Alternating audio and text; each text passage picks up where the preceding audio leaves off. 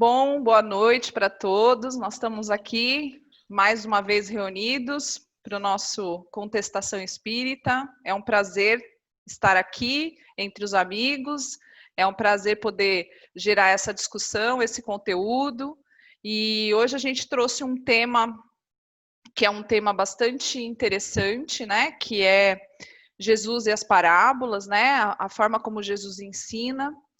E nós convidamos todos vocês que gostam das nossas discussões, né, que têm acompanhado durante essas semanas, né, os nossos vídeos, que vocês curtam, compartilhem, ajudem a divulgar, que vocês possam acessar os podcasts e que estão disponíveis em todas as plataformas digitais. Sejam muito bem-vindos. Se quiserem fazer comentários, quiserem deixar sugestões de temas, aí a gente fica muito feliz com cada comentário que a gente lê, né? É muito bacana. Então, a gente agradece muito.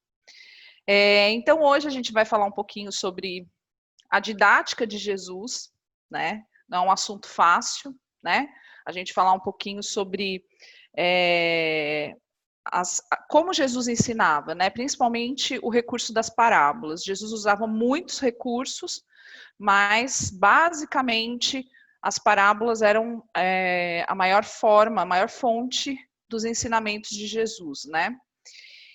E a gente fica pensando em várias coisas. Primeiro que eu acho que a gente tem que definir o que é parábola, né? A parábola, no dicionário, ela diz assim, que é uma história curta, cujos elementos são eventos e falas da vida cotidiana, na qual se ilustra uma verdade moral ou espiritual. Essa é uma definição. Outra definição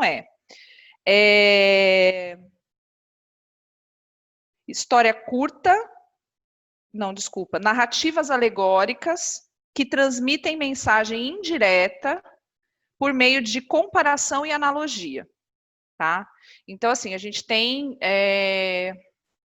um contexto, né? A parábola ela tem características literárias, né? Que compõem essas parábolas. Ela não é um texto comprido, ela é um texto que abrange as questões cotidianas, né?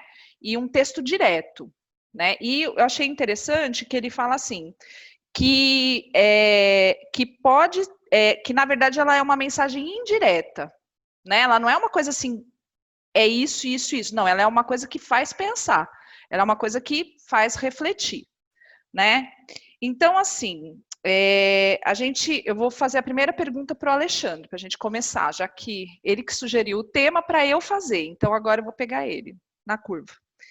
Ele diz assim, ó, eu fiz a pergunta assim, sabendo que na pergunta 625 do Livro dos Espíritos, que é assim, qual é o tipo mais perfeito que Deus ofereceu ao homem para lhe servir de guia e modelo?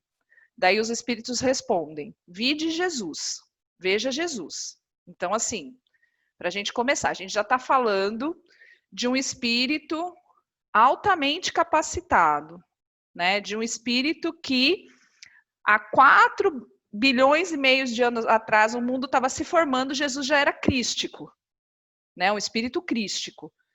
Ou seja, né, a evolução dele é uma coisa assim enorme. Inclusive, Emmanuel diz que o sistema solar que Jesus evoluiu nem existe mais. Então, a gente está falando aí de um cara que, né, já tem aí uma bagagem para contar. Então, sendo ele um espírito tão elevado, né, que tem tanta coisa e tantas qualidades, por que ele não se utilizou de uma retórica mais elaborada, trazendo diretamente todos os ensinamentos já prontos, Alexandre? Por que ele se utiliza de outros recursos? Bom, vou começar fazendo uma comparação com o cotidiano, né? Se hoje a gente não consegue entender o que ele disse naquela época, quanto mais naquela época. Então, Jesus também ele precisava falar numa linguagem acessível, numa linguagem que as pessoas conseguissem entender, e usando exemplos da vida cotidiana para fazer com que as pessoas pudessem assimilar a sutileza do ensinamento. Mas a parábola, como você bem colocou, no âmago dela, né, é um sentido alegórico. Ela traz uma alegoria, ela traz uma comparação, e aí, através dessa alegoria e comparação, nós temos que tirar as nossas conclusões. E aí é onde mora o perigo, né? Porque pela alegoria, e aí eu particularmente, eu posso ler eu acho que qualquer pessoa pode fazer esse exercício, mas você pode ler uma parábola e você ter 300 ensinamentos diferentes, numa curtíssima. Né? Você pode fazer várias analogias, várias comparações e entender várias coisas. Isso você vai fazer com base na sua experiência, você vai fazer com base no seu entendimento, você vai fazer com base em interesse também, que foi, acredito eu, grande parte dos recursos utilizados ao longo da história para fazer a interpretação, trazer o interesse ou de uma pessoa ou de um certo grupo a respeito dos ensinamentos do Cristo. Eu tenho até um exemplo aqui na a parábola do rico sem juízo, que é Lucas 12, 16, 21. Ele fala justamente do rico que fez uma baita de uma colheita, né, a maior de todas, só que ele não tinha onde guardar. E ele falou, eu vou derrubar todos os silos que eu tenho, vou levantar outros maiores e lá vou guardar todas as minhas riquezas e vou ficar no bem bom. No final dessa parábola, tem um ponto que chamou bastante atenção. Vou até ler aqui. Ele fala assim, observem os corvos, não semeiam nem colhem, não têm armazéns nem celeiros, contudo, Deus os alimenta. E finaliza ali, vocês têm muito mais valor do que as aves. Se a gente for levar isso ao pé da letra, nós podemos simplesmente falar, olha, não vou fazer nada porque Deus vai prover. Posso ficar aqui encostadinho aqui, né? Como uma ave, como ele fala ali, né? Ainda que nós somos mais que aves, então vou ficar encostadinho aqui e vou esperar Deus prover. Mas não é assim que as coisas funcionam, né? Então, dependendo de como a gente analisa a alegoria e tenta trazer para a nossa realidade, a gente traz em uma determinada interpretação, que está, de novo, né? Como eu já falei, muito conectada à nossa experiência. E também hoje mesmo, como eu comecei, né? Hoje mesmo a gente não tem a questão, nós não temos o intelecto tão desenvolvido para entender o que o Cristo disse naquela época, né? Então, na época ainda, a alegoria ela fazia mais sentido porque ela poderia aproximar as pessoas do conhecimento, mas sem ser taxativo, porque acho que mesmo hoje nós não estamos preparados para compreender a verdade, né? Voltando naquele segundo tema que a gente discutiu, compreender a verdade como ela realmente é. Legal, Alexandre. É bacana que você coloca aí, né, que a parábola ela gera muitas interpretações, né? Vai depender muito de quem está ouvindo, né? E isso é um ponto que depois a gente vai voltar nessa discussão, né? Quem é que está ouvindo a parábola? Antes disso, eu queria perguntar para Carla. Carla, existe um padrão nas parábolas? É possível a gente perceber características específicas dentro desses ensinamentos, assim, das parábolas? Ele sempre usava as mesmas coisas? Existe um padrão no sentido dele usar coisas parecidas? Como que funciona? Como que você entende isso?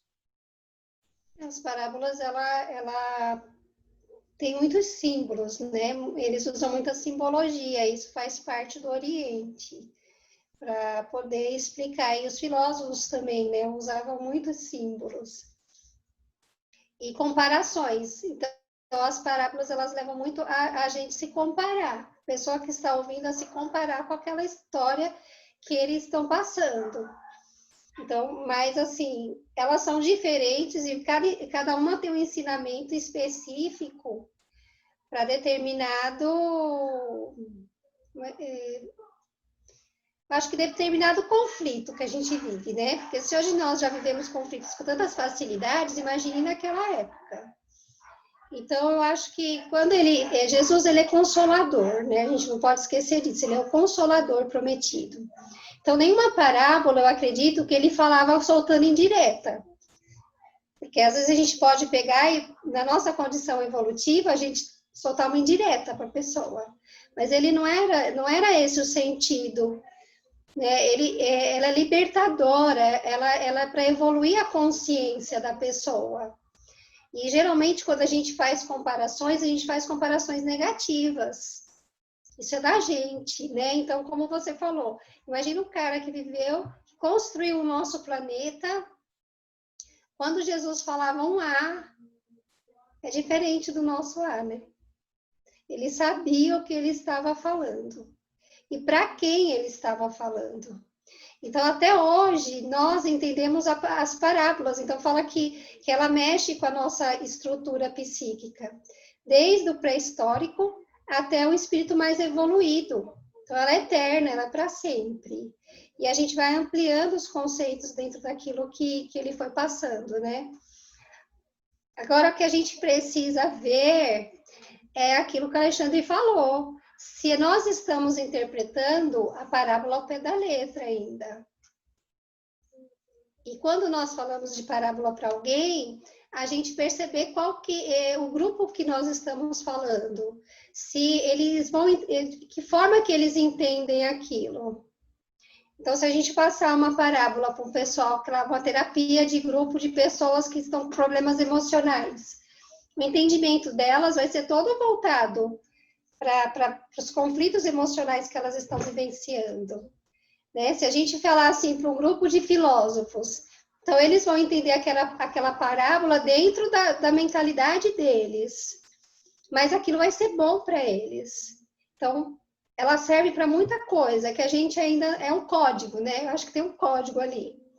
Quando é falado, mexe com a estrutura psíquica e espiritual do ser que está ouvindo. Legal. De novo, a gente fala da questão dos ouvintes, né? De novo, né? Como a gente ouve, como a gente recebe, e mais diretamente naquela época, né? Que nós estamos falando de bastante tempo atrás, né? E de espíritos que, na verdade, eram bastante endurecidos, porque também já tinham passado por muitas coisas, né? Se a gente pegar ali os judeus que estavam ali, eles eram pessoas duras mesmo, né? Pessoas que tinham aquela sensação assim de que a vida era muito rude, né? E Jesus tinha toda uma técnica, né? Então, dependendo para quem ele ia falar, né? Então, a minha pergunta é para o Zé agora. Ô Zé, você acha que existe uma parábola mais importante, tipo assim, essa parábola de Jesus é a parábola mais importante que tem? Ou depende de quem estava ouvindo essa parábola e o objetivo? Como você enxerga isso? Eu vejo assim, bom, Jesus não fazia nada por acaso, tinha todo um planejamento, tinha toda uma estrutura, tinha tudo preparado. Inclusive, a época em que ele veio também não é acidental. Tudo tinha um propósito. A gente tem que partir desse pressuposto. Nada foi por acaso. Então, eu imagino que ele quis ser o mais eclético possível. Tentou atingir o maior número de pessoas possível. Até porque ele estava numa época, por exemplo, vamos pensar, fazer um mega contraponto aqui. Gente, não tinha internet naquela época. Jesus não estava fazendo lives. Sim, você está rindo ali, mas é verdade. O Jesus ele não tinha internet, não estava fazendo live, não tinha celular e tinha que pregar e atingir o maior número de pessoas possível. Então, como é que ele fazia isso? Por isso que quando você listou o tema, tem várias parábolas. Então, não tem uma específica. Não existe uma melhor que a outra. Existe uma mais adequada para um momento ou para o outro. E cada um entenda como bem entender e como bem Jesus disse, quem tiver ouvidos que ouça. Cada um interprete segundo a sua necessidade, segundo a sua conveniência. Eu imagino que seja mais ou menos por aí. Exatamente. Jesus, assim, ele tinha uma técnica bem interessante, né? Em determinados momentos, né? Existem passagens que mostram que ele tinha grupos diferentes no mesmo lugar e ele fazia uma parábola para cada grupo, né? Ele tinha, numa ocasião, ele tinha lá um grupo de mulheres, de prostitutas, um grupo de pastores e um grupo como que eles chamavam? De pais, assim, eles usavam um termo para os pais, patriarcado, né? Existia um grupo ali que respondia ao patriarcado. E aí ele faz uma parábola que é dirigida para as mulheres, é exatamente o mesmo contexto. É que o que ele passava era: ninguém vai ficar perdido. Todo mundo vai ser resgatado, mas ele conta de uma forma para as mulheres, de uma forma para os pastores, de outra forma para o patriarcado. Para o patriarcado, ele usa o exemplo dos filhos. Para os pastores, as ovelhas. E para as mulheres, ele usa o exemplo de uma dracma que montava o colar. Então, assim, ele tinha essa sensibilidade e olha só, no mesmo lugar, no mesmo dia, ele dirige diferentes ensinamentos para diferentes grupos de pessoas, né? Então, essa é uma questão, assim, bastante interessante, né? Porque tem um livro do Augusto Cury que chama Jesus, Mestre dos Mestres. E ele fala nesse livro que Jesus é um engenheiro de ideias. Eu achei muito bonita essa colocação dele, né?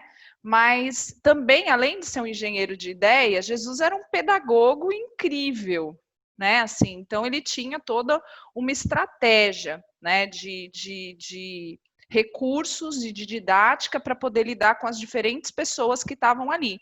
Existiam momentos que ele precisava ser mais firme, falar com pessoas mais da lei, né, que tinham um pouco mais de conhecimento, mas ele conseguia atingir igualmente. E aí a Carlinha fala, né, imagine a palavra de Jesus, né? Então Jesus, apenas a presença dele já era uma coisa que despertava já, e a pessoa que alguma coisa que estava adormecida e as pessoas já interagiam, né? Elas já conseguiam dar uma devolutiva para Jesus simplesmente da presença, do olhar, enfim, né? E aí, deixa eu fazer aqui a pergunta aqui para o Sidney. Deixa eu só me encontrar aqui nas minhas anotações de muitas perguntas.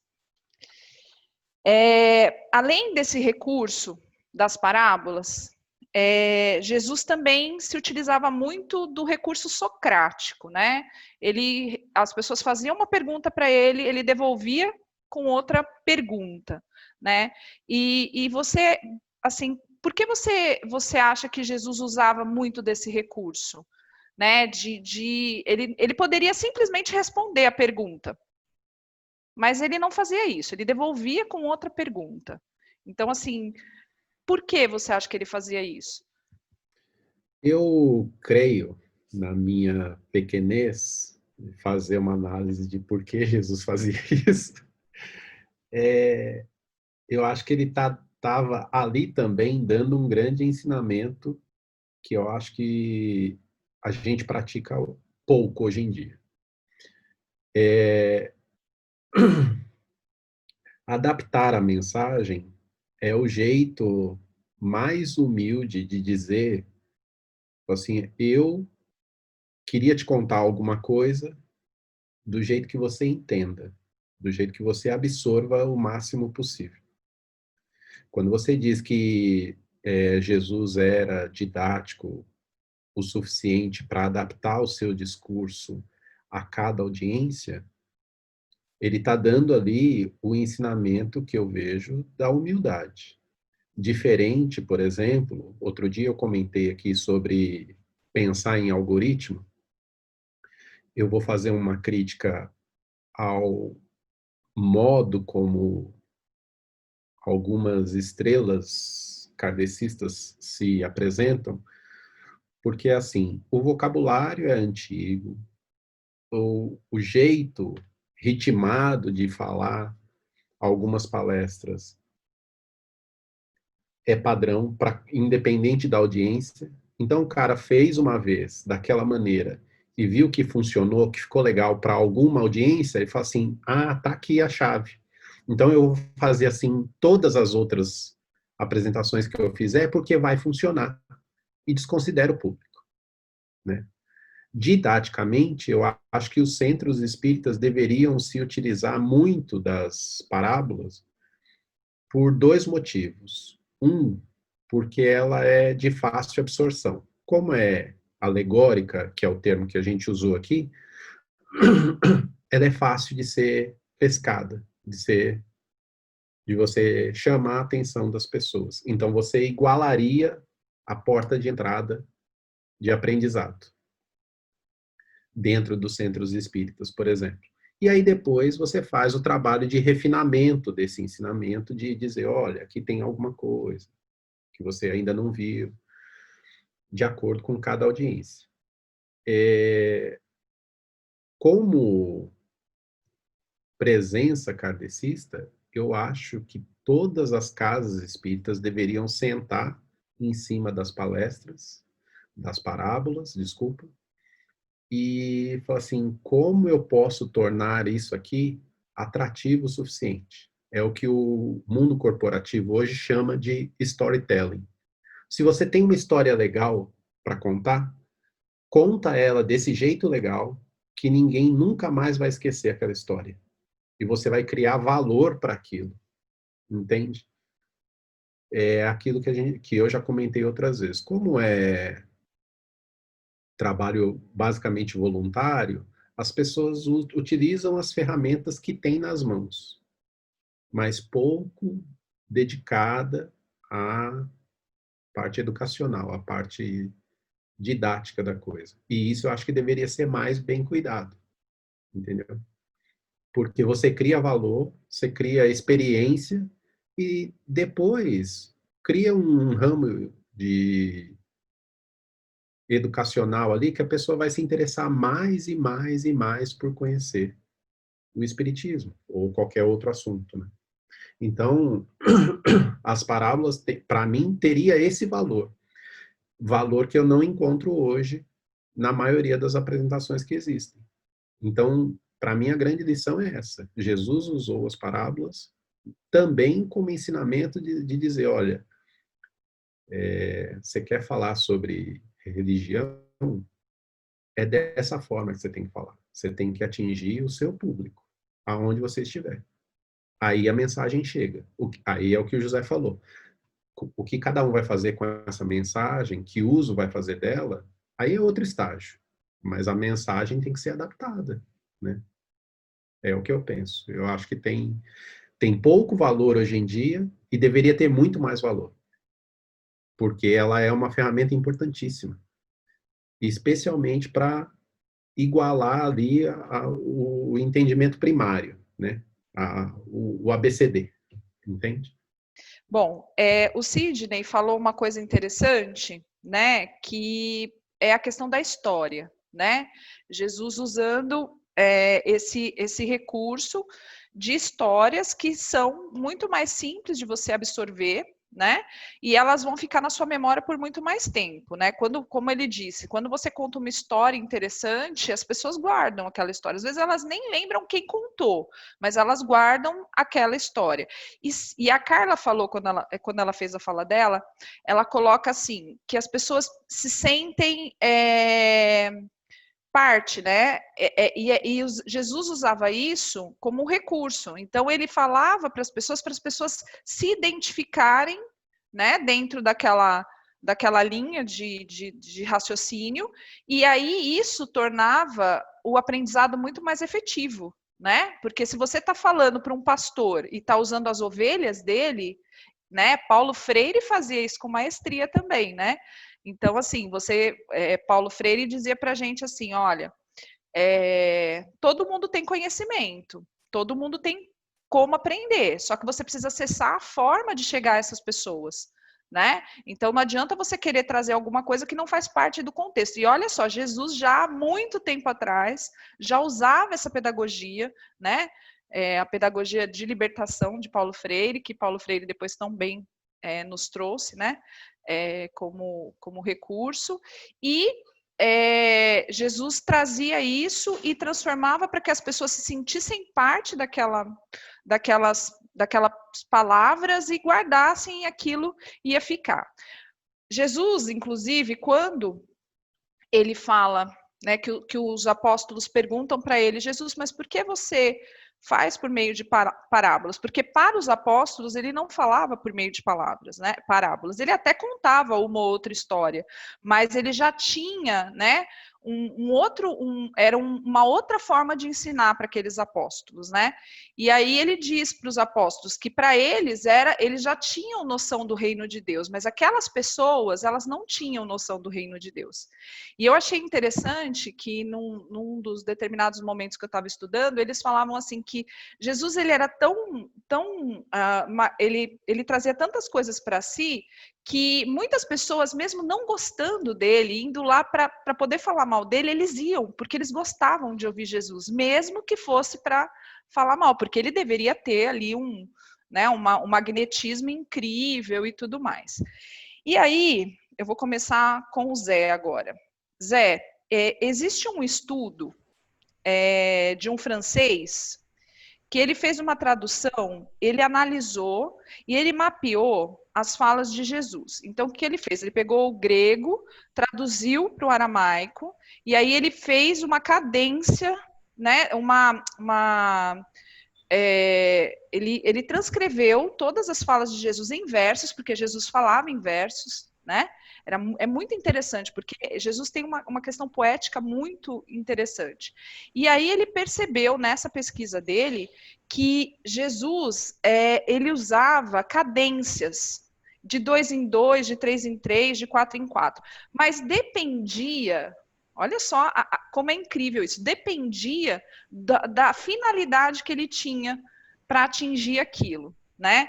Então, ele descobriu assim que quando Jesus falava para as pessoas no sentido de consolação, ele usava uma cadência. Quando Jesus queria entreter, ele falava de outra forma, com outra cadência. Mas assim, as cadências são as mesmas, ele conseguiu mapear isso, né? Muito interessante.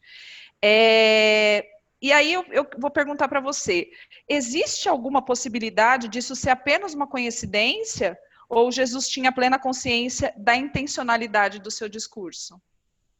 Total consciência. É a mesma história de você ver... Uma vez eu peguei um vídeo na internet, justamente como eu estava pensando em montar o canal e tudo mais, e, aliás, esse pessoal aí, não esqueça de deixar o like, né, lá no canal, né, deixa um like pra gente, se inscrevam aí no canal. E quando eu estava pensando justamente lá atrás, quando a gente começou a